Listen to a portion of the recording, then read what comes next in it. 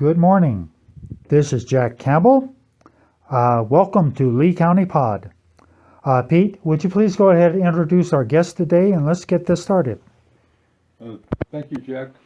Today we are with Ruth and Bob Campbell at the Lovington Leader, and looking forward to them telling us all about their new directorship of the paper.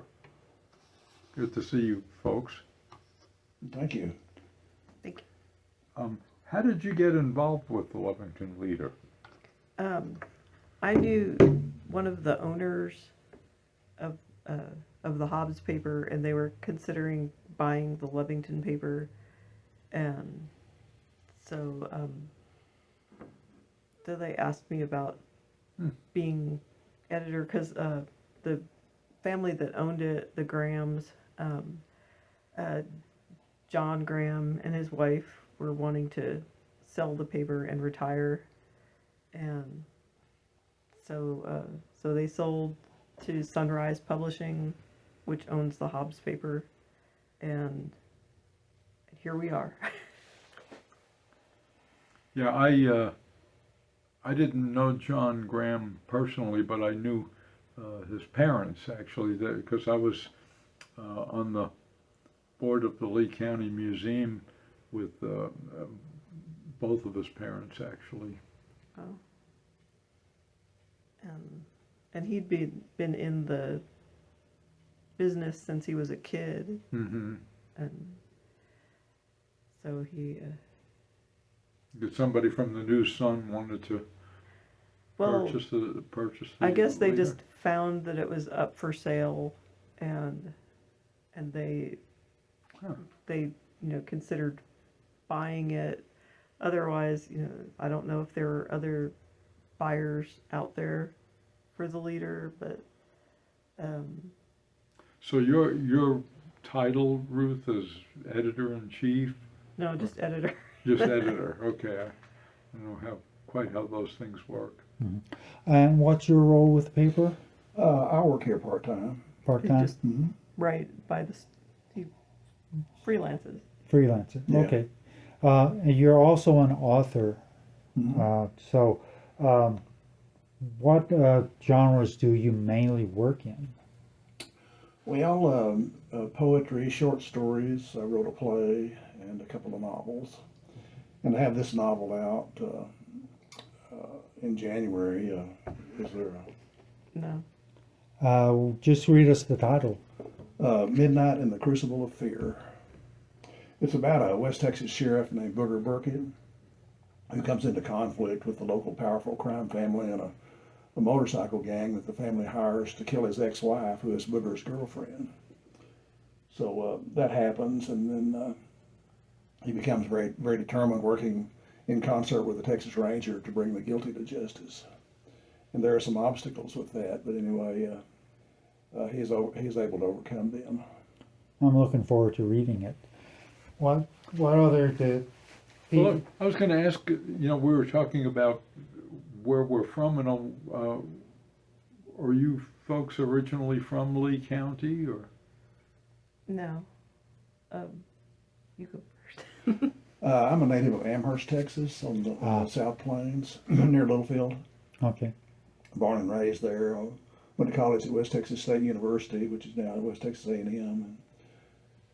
Since 1969, I worked for a dozen different daily and weekly newspapers around Texas, Colorado, Kansas, Missouri, and now New Mexico. And Ruth? I grew up in New York City. Oh, okay. And I grew up in northern New Jersey, across the river from New York City. So the contrast between New York and here is pretty substantial. But I've been in and out of mostly in Texas for a really long time, and I was in West Texas for 25 years probably. So I've spent more time in this area than in New York. Same here. So I got used to it.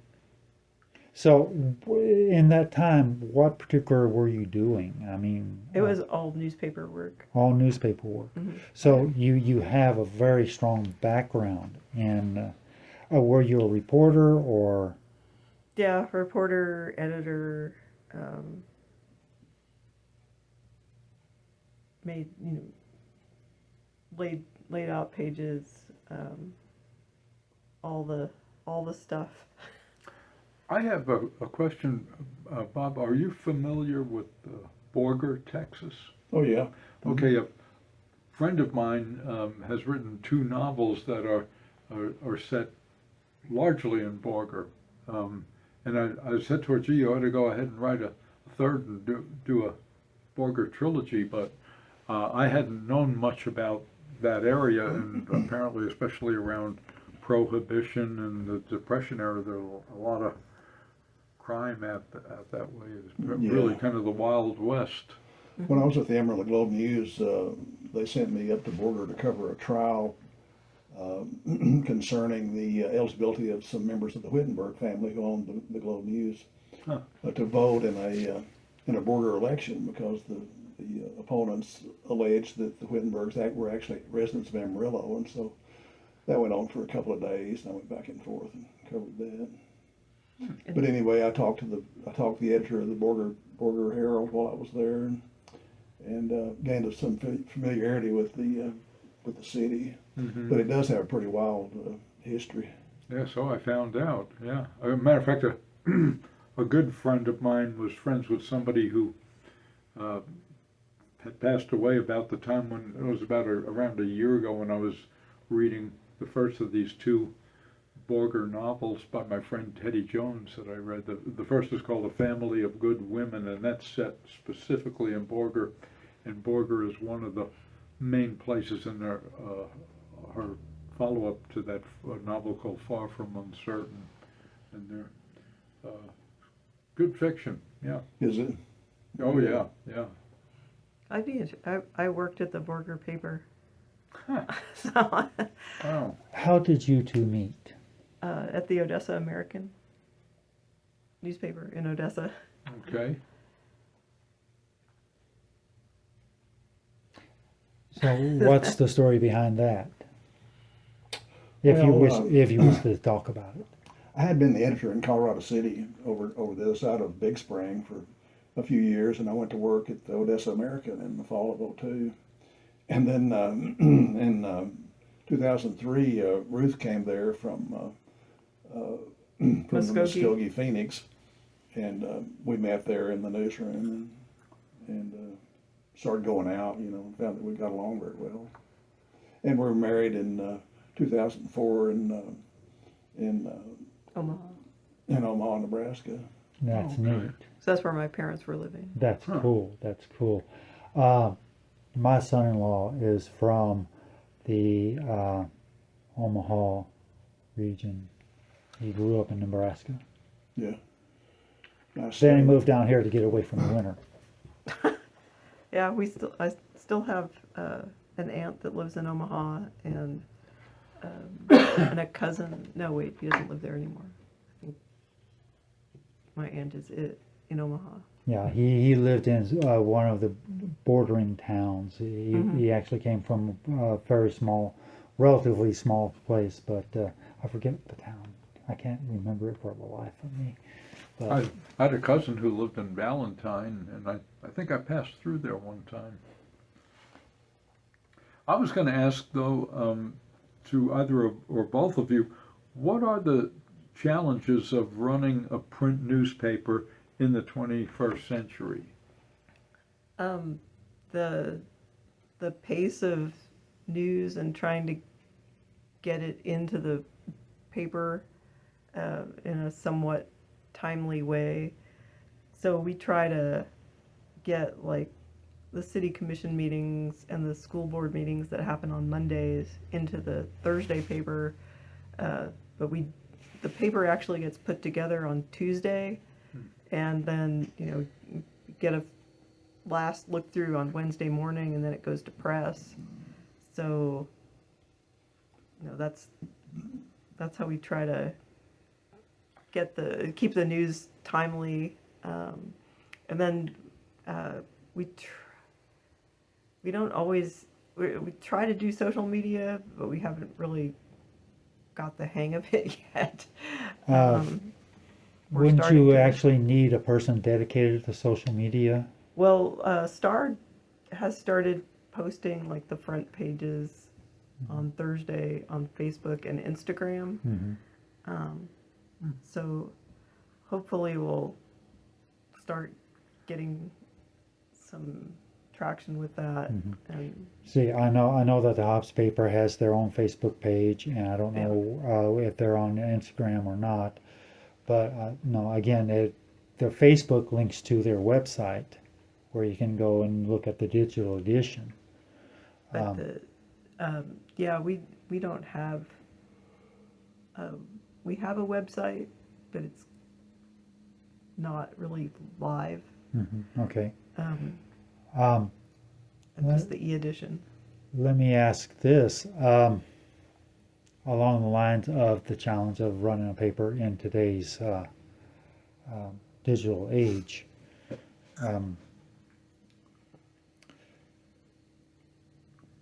Are you a weekly paper or? Yeah. It's a Okay, so weekly paper. you publish a paper once a week. Right, on Thursday. Okay. So you say that no. You publish on Thursday. You build the paper on Tuesday, check it on Wednesday, and then you publish on Thursday. How do you determine I guess what's the top story? No, what makes that determination, that front page, top of the page? What? Well, like I said, it depends on like the news value and also like how timely it is. Like we had the hospital ribbon cutting / groundbreaking in today's paper, and that happened Tuesday morning. So that determines where that goes in the paper. Usually it's one of the city or school board meeting, or sometimes county commission meeting, depending on what was done. This is the hospital behind the Norley Clinic, Yeah, it's Okay. all one and it's thing. all done now, huh? No, well, one part of it is done. The new professional physician center. It's a 3-story, $40 million building, 60,000 square feet, and they broke ground on an expansion to the operating room yesterday also. Oh. So So that'll I be- go to that clinic Mhm. regularly. So behind that Yeah. is the new 3-story building. Mm-hmm. So, who gathers the reporting? What is your staff like? You're looking at it. Okay, so it's you and Bob Uh-huh. who do you go out and grab the news, pretty much. You don't have anyone else you don't have like a freelancer or a stringer or anybody like that. No. That is a lot of work right there to put a paper together. Pete? Yeah, once a week. I'm thinking of topics, but right now the Lee County Museum might be a good topic to get a story on for where they're at as far as their operable status and having a director Or not. and all of that. And because really, there's an interconnectedness to it. If the museum flourishes, that's good for the rest of Lovington and vice Yeah. versa. Good for downtown. I did a feature shortly after we got here in early November about Rosa DePorto, who was Right. retiring as the museum director. Yeah. And I did another one about Christy Newell, who came on as the new director, but then Christy went to work at Albertsons, and so Right. I think they're between directors right now. Yeah, Yeah. they had a woman, and now she's gone, Yeah. and they're looking for another one, so. Yeah, They had a guy who would get on the roof and put shingles up and do all sorts of things. He's very active, and he was the director, I think, for some time. Do you remember his name, Ruth? Jim Harris. yeah. Mm-hmm. And he but finally anyway, retired. He's retired now, but Rosa said that, that she would do her best, but she wasn't going to get on the roof. Personally, and we had a brief visit to the museum before coming here. The director ought to be the person who does public relations and goes out and makes sure that the money comes in. Mm-hmm. And luckily, when Jim was the director, they seemed to be very well supported by the Maddox Foundation, and they need something like that Now, I think, yeah. Because it really, I mean, the museum has been there for a heck of a long time. The Hop Graham was on it, and I'm trying to remember his wife's name. I can see her in my mind's eye. But when they were had been on the museum board for a long time before I came on it, and it's a real viable institution in Lovington. Yeah, they had what event was it that I read that poetry in? oh, there was the Timeless Tea. They had the Timeless Tea a few months ago, and Yeah. I had just published a poetry collection called Poetry from the Universal Mind. And so I went over there and read some of those poems, but they have quite an active board, with Elaine V. Hill and some of the others, work pretty diligently, on behalf of the museum. And I've been through the whole thing. It's really pretty well done, it has a series of rooms covering different eras and different families and that sort of thing. And there was a time when they had talked about wanting to have the Lee County Theater under their umbrella. That never quite happened, but somebody ought to preserve that theater as you're not going to find, they don't build them like that anymore, as the saying goes. And it started, I think, actually in the late 1940s, maybe. Is that right? I believe so. Yeah. I think it is has been at least partially restored by Lovington Main Street, and they reopened it last year, and they show movies every Sunday. Oh, they do. They're closed right now because of the fair, I'm guessing, and they'll reopen it. I mean, they've had some HVAC issues and stuff like that they've had to close for while they do the repairs, but it's been reopened. Oh, good. Because I've seen numerous movies over there, and I always enjoy the difference. It's sort of like a throwback to a bygone era to me, to be seeing a film over there. And those theaters, just the architecture of them are something to maintain and preserve. Yeah, Lee County is really a great county, 4,000 square miles, the old history of it, and all the pioneers and all that sort of thing. Yeah. Pretty interesting, really, Yeah, I shortly after I was on the board, I co-edited a book with the late Joe Byers, whose family founded Hobbs, and it was on the history of the pioneers in Lee County. Different articles on them that we picked up here and there from different documents. But I was going to ask too, are you doing anything different from the previous ownership? From the Grahams, I guess. Yeah. We're trying to just get as many local stories in as possible, and it's all local. All the news is local. So I think that's a little different.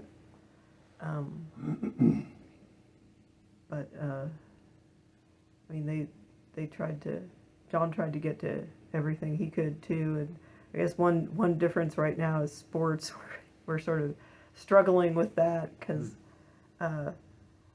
that's kind of a full-time job by itself. And, I would think so. Especially with the school, kids being back in school and the football season starting. And See, possibly, I mean, there might be somebody connected to the school, the high school. So if anybody listening is interested in doing some by the story work in sports for us, we'd be happy to talk to you. Yeah. I have a dumb question. Now, when I was going through high school, this is late 70s, early 80s, we did have, I think this was at Houston. They actually had it at Houston. They had a press at Houston Junior High, and they had their little small school newspaper. But is there any journalism programs in the Lovington High School or anything like that? I think they have like an audio visual class, but I don't know if they have any journalism program. Because if I recall correctly, they're starting in like 9th grade, there was a journalist. You could take a basic course in journalism. I think you could take a couple of courses in high school. It sort of puzzles me why we don't have something similar these days. I know that everything's gone digital, but basic writing skills, basic information gathering, that seems to, with all the technologies, that seems to have slipped by the wayside there. Let me ask this. How does the leader cover the schools, for example? I mean, what's the relationship there? I cover the school board meetings, and I try, but everything has to go through one person at the school district, and so that makes it difficult to do feature stories or anything else, because if it has to go through one person, you can't always get a hold of them, or they don't always respond right away. The only time I do any school reporting is at the school board meetings. I see. This kind of leads me to the next question that I'd like to ask is, I think you both obviously love the newspaper world, if you will. From what I've gathered so far, you're widely traveled. You've been around a bit. What keeps you in Lee County? Why Lee County? Well,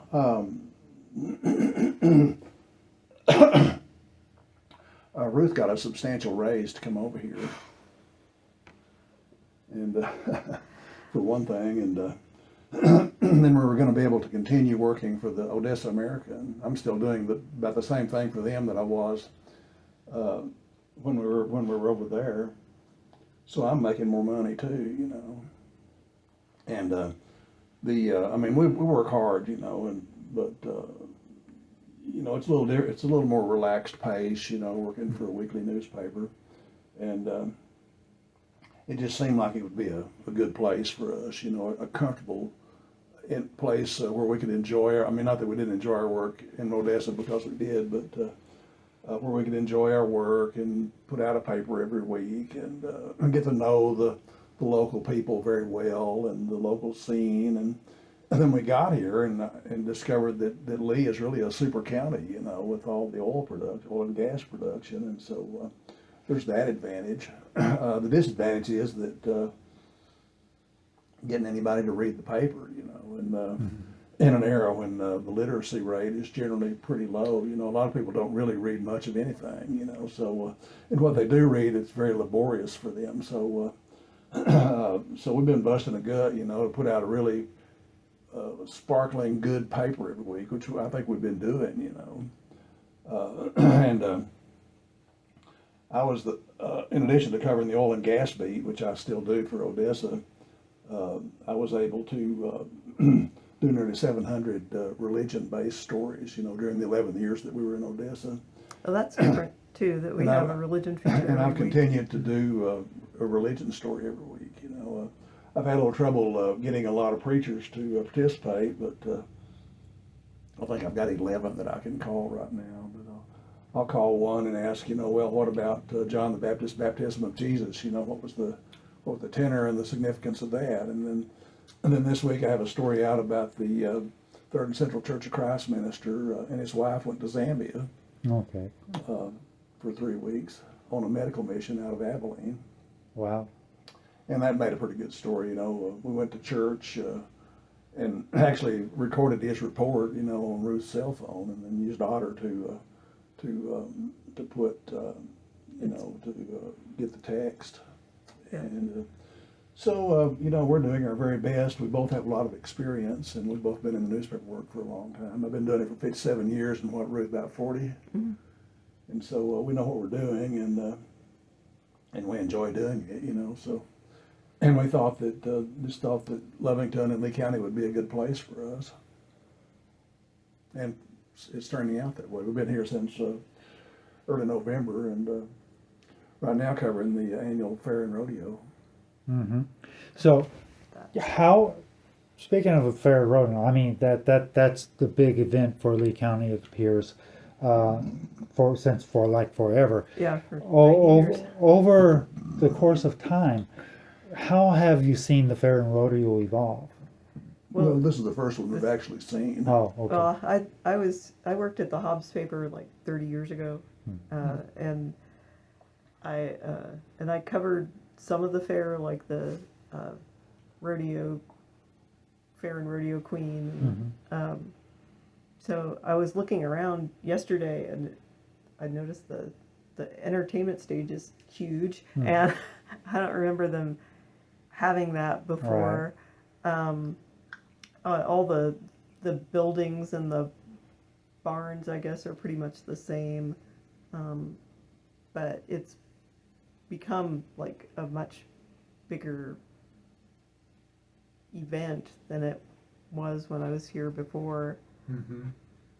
Okay. Would you typify it as being more produced, if you will?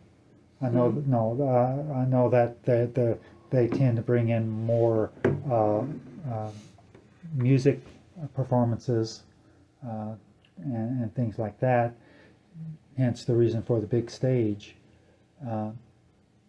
But would you say that they try to make more of a production out of it than what they used to, given your limited experience? Probably so. I think, I don't know, there was some grumbling about this year's entertainment, like it wasn't as good as the previous years, because they brought in some internationally known acts like Miranda Lambert, and this year they had more acts, I think, but maybe a little lesser known. So I've only seen this one fair, in so many years, so I don't know what it's going to look like next year. They generally budget a pretty good amount for the entertainment, and it brings in like tens of thousands of people from the region and even out of state. So And in Hobbs, that new event center, the addition is looks like it's just about finished. But I was going to ask you, I have a question that you may know the answer to. This has bothered me for, I don't know how long. It doesn't keep me awake at night, but I hope you not. know, on the town square of Lovington, kitty corner to the courthouse, across the street from the where the theater is, there's that old building right on the corner. I think it used to be a bank, and the facade of it is a nice looking facade, but that building has been empty for as long as I can remember, and I'm going back to like 1990. And I'm wondering if there are any plans, because it's such a visible part of that square, you would think that they might want to I guess that would be do a something with it. Main Street question, because they're the Maybe, yeah. downtown revitalization people.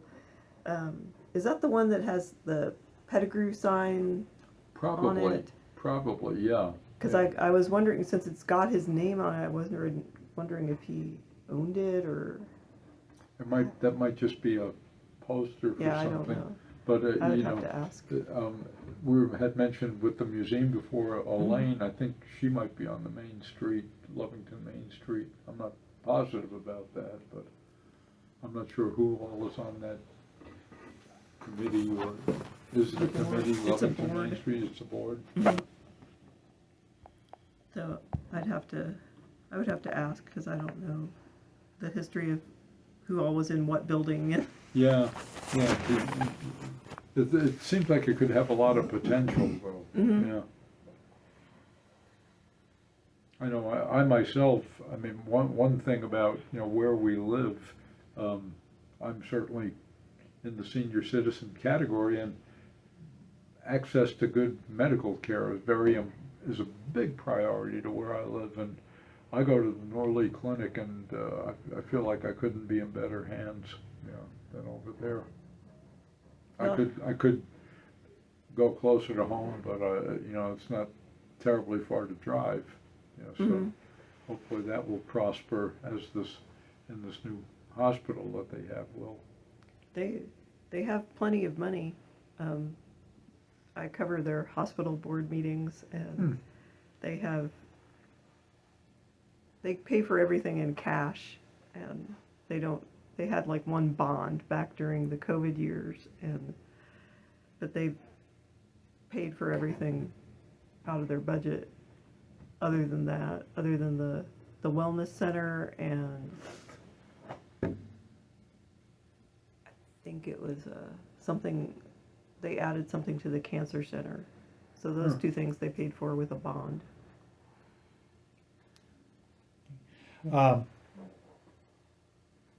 Bob, this is for you.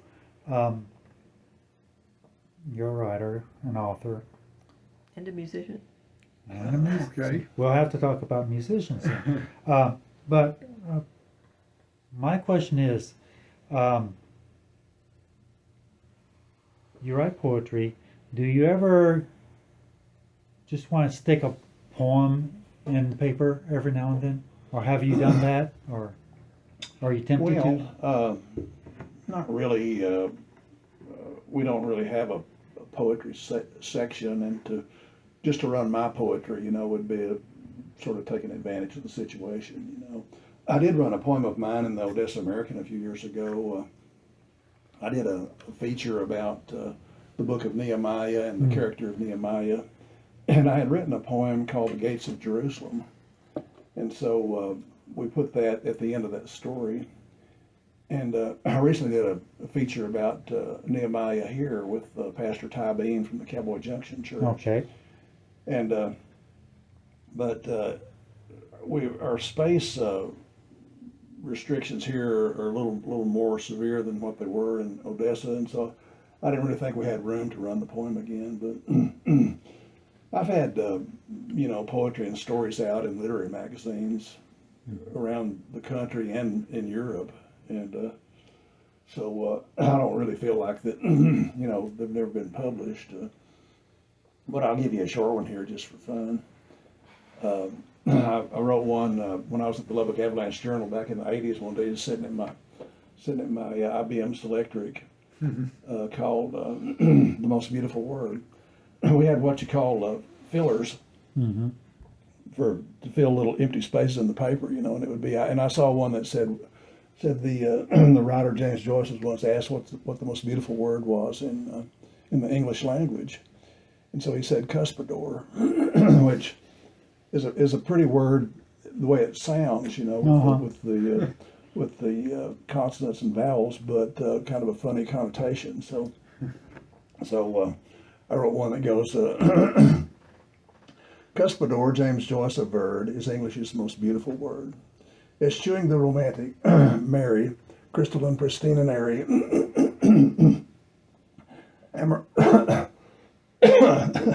excuse me, amaranthine alpenglow, love and mistletoe. The maestro used his ear and wit and said it's a can where people spit. Yay, bravo. This is the first poem we've had read on one of our podcasts. All right. We have a platform where we put it on YouTube where we talk about one poem per episode, and we do it for about a half hour. We just finished doing one recently, but nice to have your contribution there. I enjoyed that. We pretty much have talked about the leader's role in Lee County, I think, and just hoping that people listening will see how the prosperity of the leader is connected to the prosperity of Lovington and Lee County as a whole. The interconnectedness of it all. A newspaper connects a community, and without the newspaper, the community goes dark. Nobody really knows anything except through rumor, which can be accurate or inaccurate. Similar to a library. Yeah. So without the newspaper, it wouldn't really be the same town, and a lot of people probably don't really appreciate that, But anyway, the newspaper does play a very important role. It kind of tells everybody what everybody else is doing, Sure. And particularly what the tax collecting entities are doing, Yeah. with the tax money. That's why we make a point to cover those meetings, is because that's all taxpayer money. Sure. Yeah. Well, Pete, I think we have time for one more question. Well,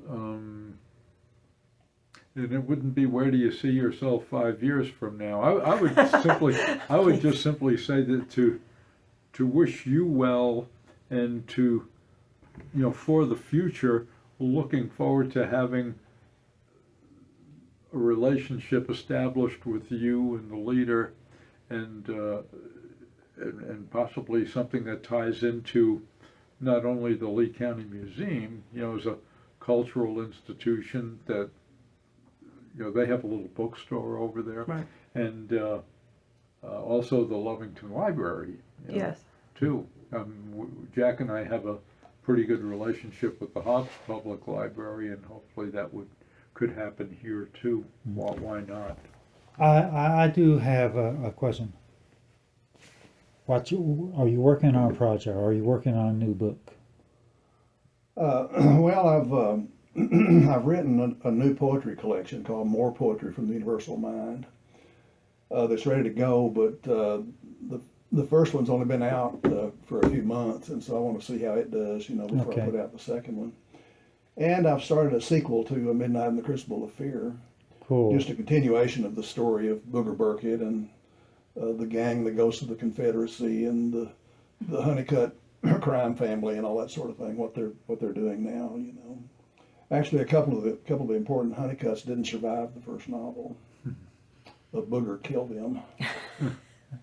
Cool. And he became disgusted and just murdered one, and then shot the other one in a showdown in his living room, and was hit in the hip and ended up having to get a hip replacement over it.